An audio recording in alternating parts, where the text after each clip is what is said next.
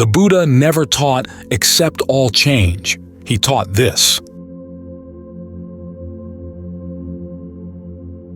There's a lot of confusion that people have created around the Buddha's teachings about change, and the confusion tends to fall into two types. The first is the idea that the Buddha said that all change is bad. The other is that he said that change is basically good. He didn't teach either of those things. After all, not all change is bad in his eyes. He says that when pain changes, it's actually pleasant in the fact that it's changing from pain.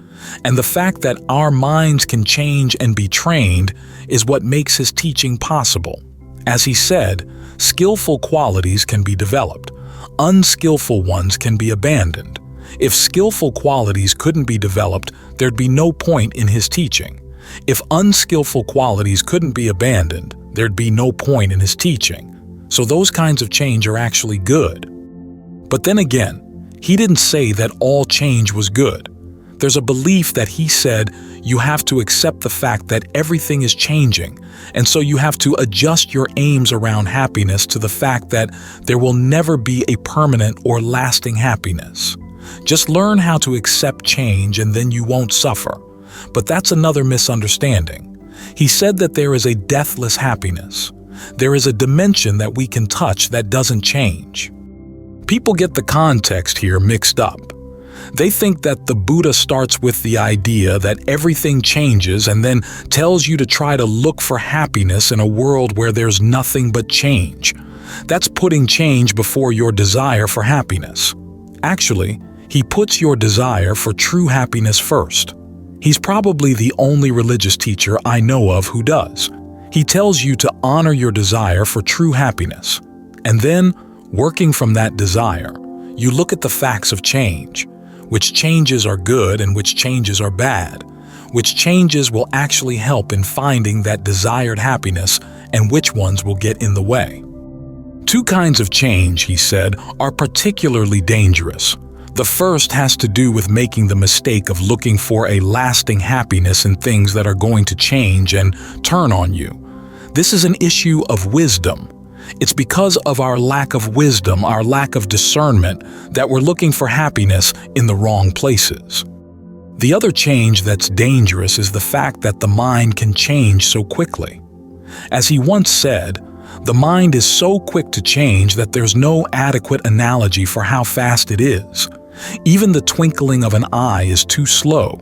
You can work for years and years on something and suddenly your mind changes and reverses on itself for no apparent reason at all and destroys what it has been accomplishing. Or there are times when conditions are good and you behave in a good way, but then when conditions get difficult, you're another person. Those are the two kinds of changes that you have to watch out for. The first one, as I said, is an issue of discernment. The second one is an issue of mindfulness. You have to remember what's worthwhile in the mind so that you can resist the sudden temptation to change directions. This is why mindfulness and discernment are so basic to the Buddha's teaching. In the beginning, you align your discernment with the conviction that when the Buddha said there was a deathless happiness, it's there. He was telling the truth, and you take that possibility as your measurement for looking at the different kinds of happiness that you're settling for in your life.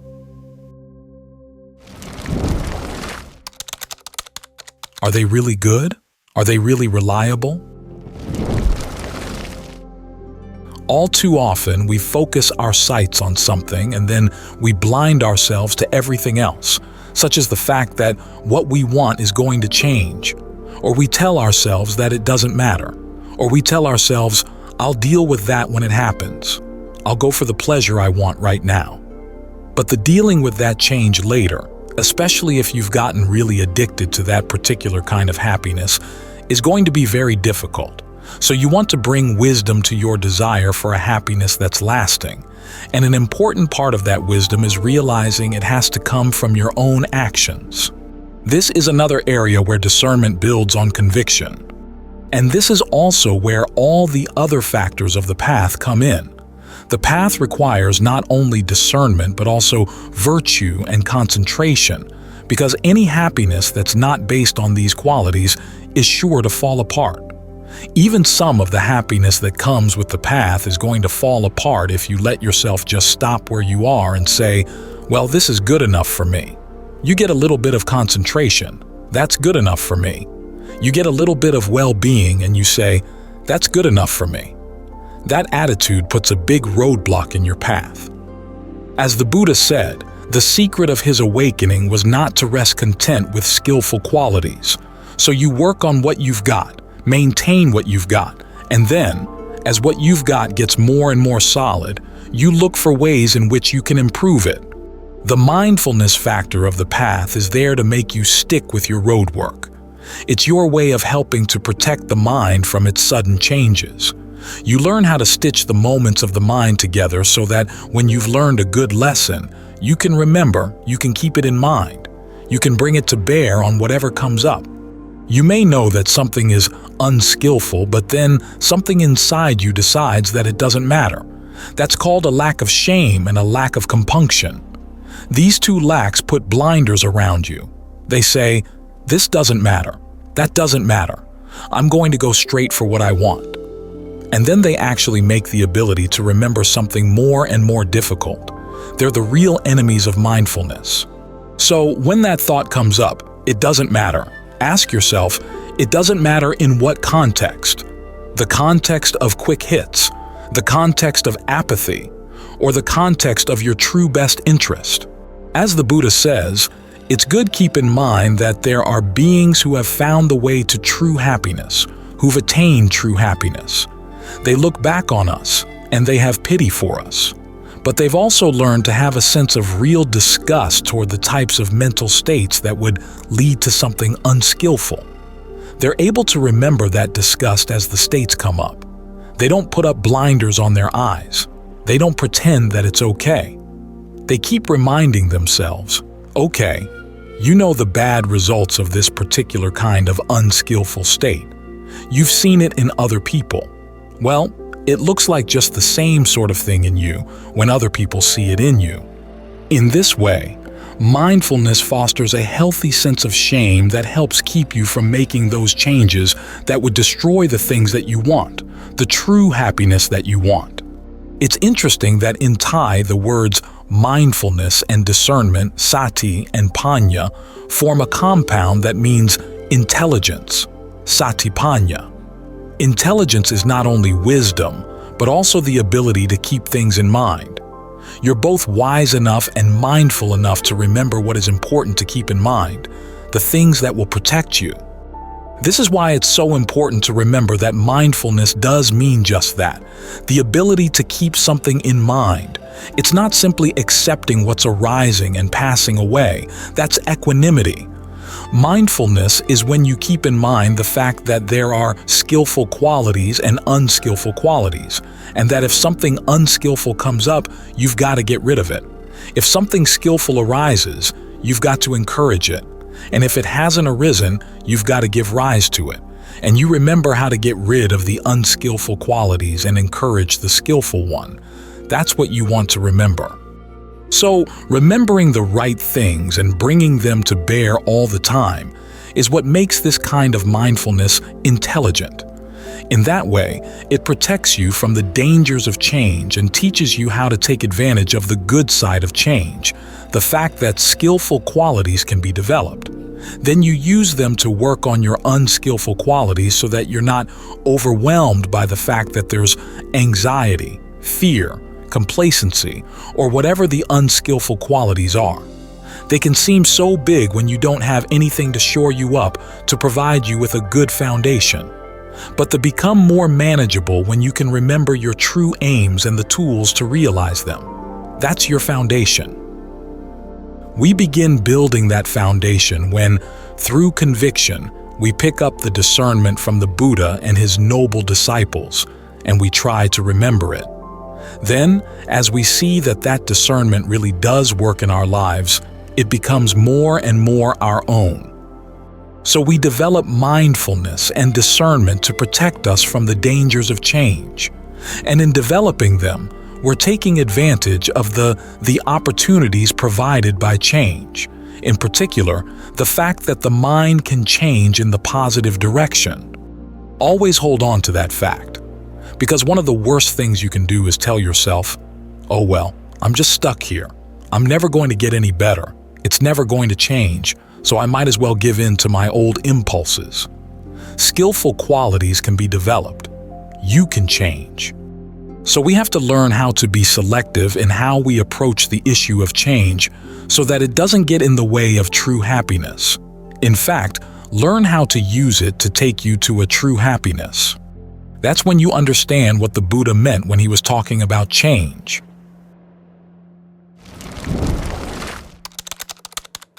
Intelligent about change. Not all change is good, not all change is bad, and not all change is important. There are basically two kinds of change that are important.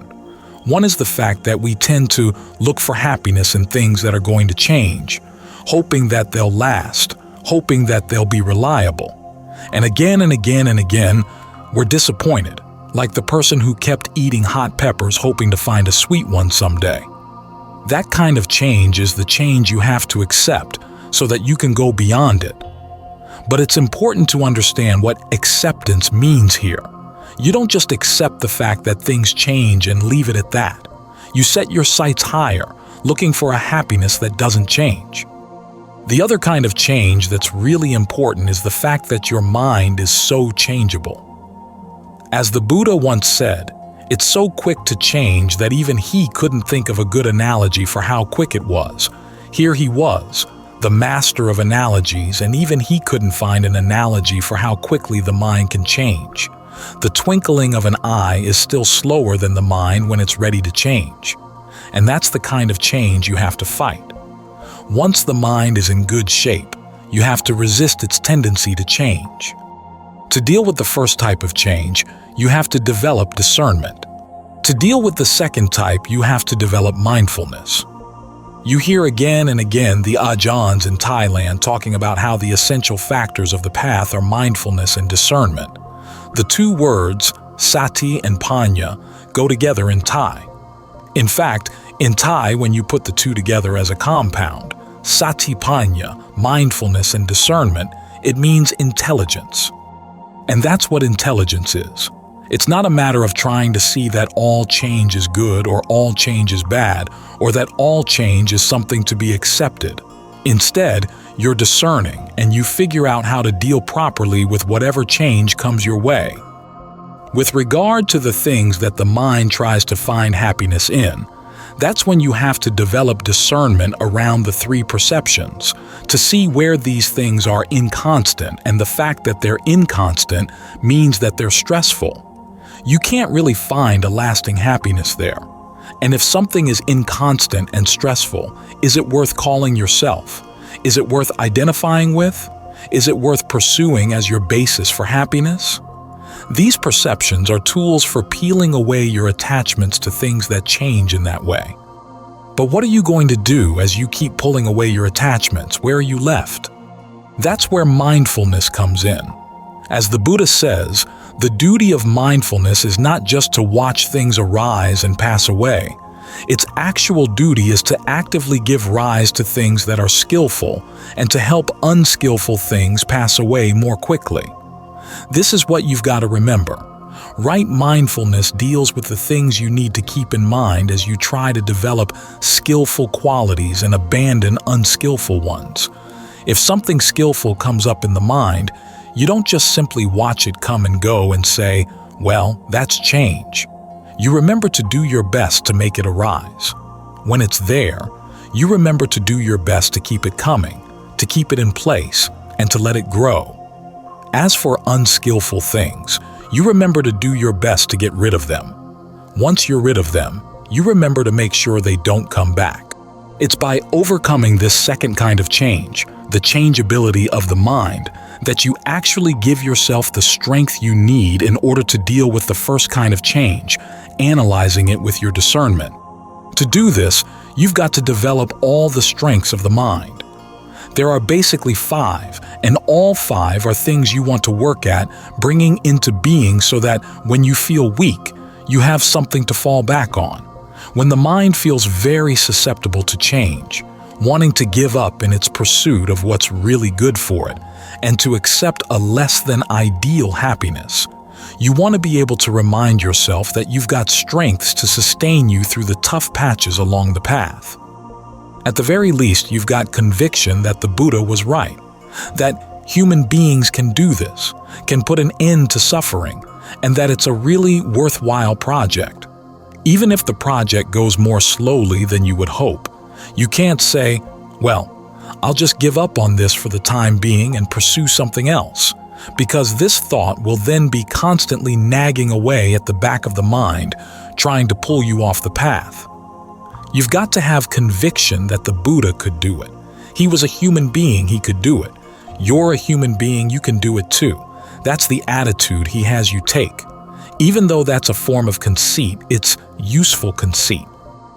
What you're doing here, as you're developing these strengths, is that you're taking things that are impermanent, but you're turning them into the path. In Zen, Ananda's image, when he was once talking to the Buddha, he praised the Buddha for teaching how to go across a river by going from one dependence to another. In other words, you can't just fly across the river. You've got to step here, step there, on a rock here, a rock there. The rocks may be a little bit wobbly and unstable, but they're stable enough for you to walk across the river on. That's what you've got to depend on to get to firm ground. From that conviction comes persistence. You stick with the path, and you use whatever tool comes to hand. A true warrior is not very picky about his weapons. He tries to have the best weapons possible, of course, but when they're not at hand, he has to use what is at hand. That's when unexpected things can show their power. There was a movie years back called Willow. It was a big flop here in the States, but a wild success in Asia. It told the story of a cheap village magician who had one little trick, and it was a pretty cheap trick. That's how he made his living. It was good enough to wow his fellow peasants. But then he gets swept up in a big battle between sorcerers and sorceresses, and at the very end, he's facing off against the ultimate enemy. And it turns out that that cheap little trick he played to fool the other peasants actually works against the super sorcerer. So you have to remember, whatever trick works in keeping the mind here in the present moment, keeping it from slipping into unskillful qualities, whether it's a sophisticated trick or an unsophisticated trick, you don't have to worry. If it works, it works. And sometimes when your defilements get really sophisticated, a blunt instrument or a cheap trick is what you need to deal with them. So you stick with it. You keep at the practice regardless, and having the kind of momentum that whatever comes up, I'm going to deal with it the best I can. It may be kind of scrappy and you may not succeed every time, but at least having that attitude that if it's unskillful, fight it. If it's skillful, encourage it. This is what you've got to keep in mind. This is where mindfulness becomes a strength. You remember what you need to do and how to get past the tricks of the defilements, and you see the results that come from actually doing what you remember you should do. Seeing those results encourages you to make your mindfulness even stronger. For example, an unskillful voice in the mind may say, well, you're going to give in anyhow, so why don't you give in now and make it easy for all of us? You've got to remember that you've fallen for that voice many, many times before, and what you're responsible for right now is right now. As for what you're going to do 5 minutes down the line, you say, we'll deal with that 5 minutes down the line, but right now, we're fighting. And if you keep on having that attitude right now, it gets you well past the 5 minutes. Gradually, as your mindfulness gets stronger and more consistent, you develop the strength of concentration. We were talking today about the strength of the breath. Well, what makes the breath strong is your focus. The focus strengthens the breath, and then as the breath gets more consistently comfortable, you find that it gets easier to stay focused. The two qualities help each other along, strength of focus and strength of body. but the preliminary strength comes from your concentration. So remember that strength of mind is what matters most, much more than the strength of the body. Because after all, the body's going to leave us. It's something we think we can depend on indefinitely. No matter how much we know that we're going to die, we have this attitude that this body's going to be different, but it's not. And it can surprise you how it comes up with diseases you wouldn't have thought possible. When it does, you need strength of mind, the attitude that regardless of what the body does, you're not going to be fazed. You're going to keep doing your best. Years back, there was a woman suffering from cancer who went to stay with Ajahn Maha for a couple of months, together with her friend who was an old retired doctor. Ajahn Maha gave a long series of Dhamma talks for her benefit every evening. Finally, the woman went back home and ultimately died. Her friend the doctor was still around, and she got the tapes that the woman had made of all the talks. So the old doctor, even though her eyesight was going, tried to see, "Can I transcribe all the tapes?" And she did. She said that she took encouragement from Ajahn Mahabua's comment that as your body gets older, you want to see how much good you can still squeeze out of it. She was past 80, but she was still able to transcribe 2 enormous Dhamma books. So even though the process was slower than getting a professional or someone who was younger to do it, still it meant a lot to her that she could manage it herself. We should all have that attitude. Squeeze what you can out of what you've got. As you keep working with your tools as they are, you finally do get into good concentration. Again, whether it happens quickly or slowly, and whether it's how you imagined it might be or not, none of those things matter. What matters is that you ultimately get there.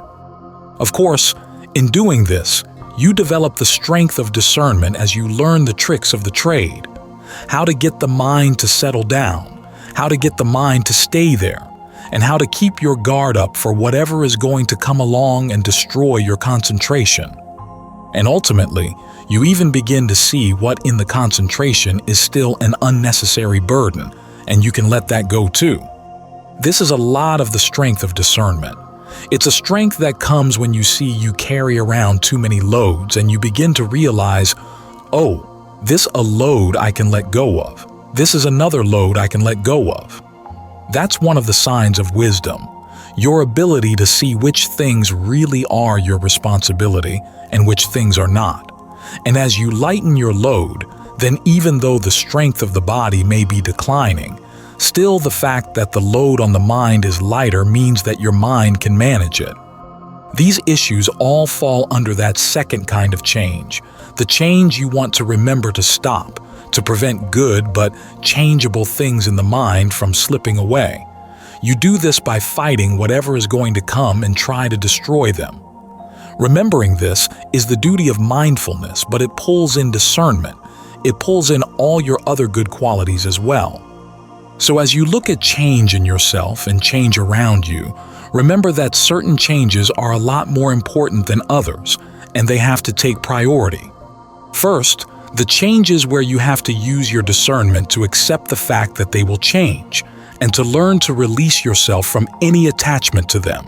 And then, second, the changes where you fight the change so as to maintain the good qualities of the mind. Mindfulness can slip away so easily. Concentration can slip away so easily, but you're going to be mindful to fight against that happening.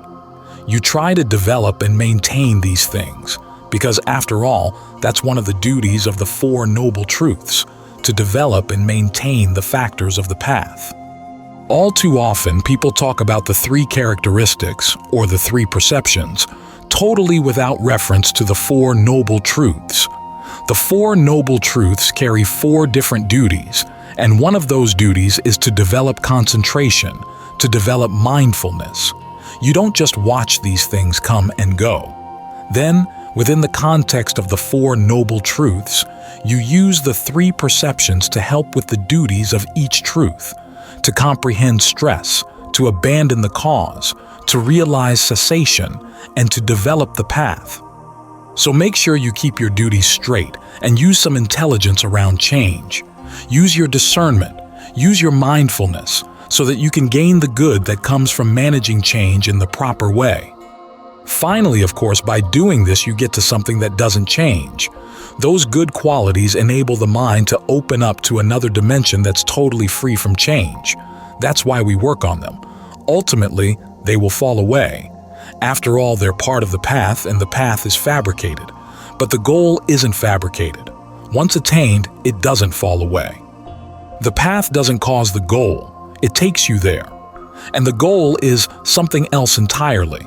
So even when the factors of the path fall away, the goal remains. It's like climbing a ladder up to a house. Once you're in the house, it doesn't matter if the ladder falls away because you have no more need for it.